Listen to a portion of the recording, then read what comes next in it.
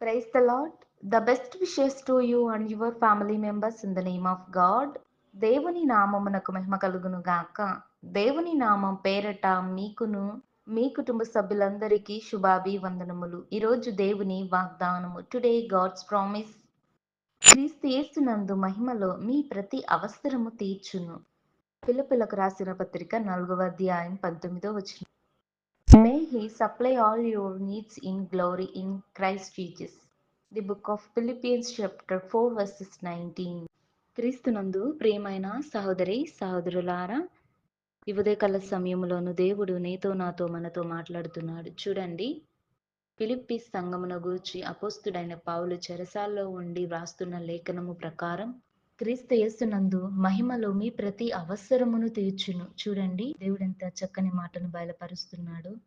మన అవసరములు తీరాలన్నా ఈ రోజుల్లో ఉన్నటువంటి పరిస్థితులను బట్టి చాలా మంది అవసరాలు తీరక ఎంతో బాధపడుతున్నారు. డబ్బులు లేక, కుటుంబ పరిస్థితులు సరిగా లేక, ఆహారం లేక, ఇల్లు లేక, వస్త్రాలు లేక చాలా మంది బాధపడుతున్నారు. కానీ దేవుడు ఏమంటున్నాడంటే, క్రీస్తు యేసు నందు మహిమలో చూడండి, దేవుని యొక్క నామానికి, ఆయన మహిమ ఘనతకు మనం ప్రార్థించాలి. మన ప్రార్థన దేవుని కొరకే అయి ఉండాలి, కానీ వేరే వాటిని బట్టి ఉండకూడదు. ఎందుకంటే దేవునికి మనం నిత్యం ప్రార్థించుకొని మన యొక్క సమస్యలను ఏమి, మన యొక్క పరిస్థితులు ఏంటి, మన యొక్క దీన స్థితులను ఎరిగిన దేవుడు, మరి విరిగి నలిగిన హృదయమును దేవునికి ఎంతో ఇష్టమైనది కదా.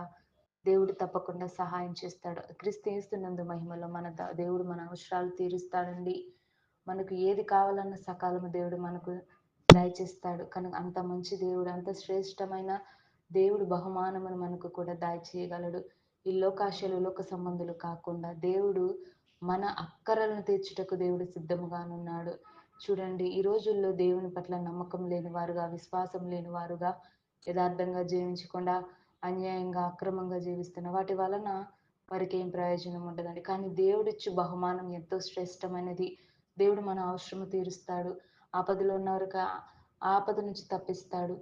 ఏదైనా సరే, ఎలాంటి పరిస్థితుల్లో నీవు ఉన్నా కానీ నీ అవసరం తీర్చబడుతుంది. మన అవసరాలకు దేవుడు కూడా మనకు ఇవ్వడానికి సిద్ధముగా ఉన్నాడని దేవుడు దిన వాగ్దానం ద్వారా మాట్లాడుతున్నాడు.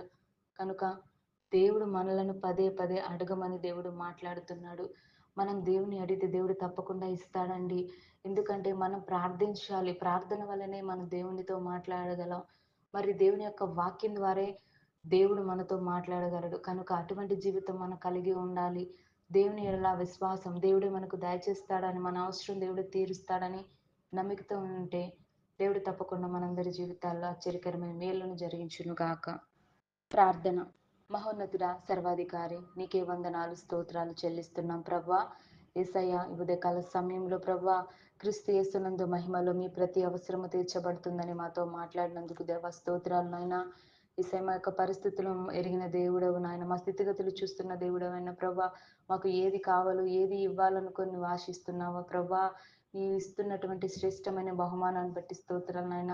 ఎందరైతే నాయన అవసరాలు తీరలేక మరి వారి కుటుంబ పరిస్థితులను బట్టి ఎంతో బాధపడుతున్నారు, దుఃఖపడుతున్నారు, నువ్వు చూస్తున్న దేవుడు వారందరికీ సహాయం దయచేయండి ప్రభా.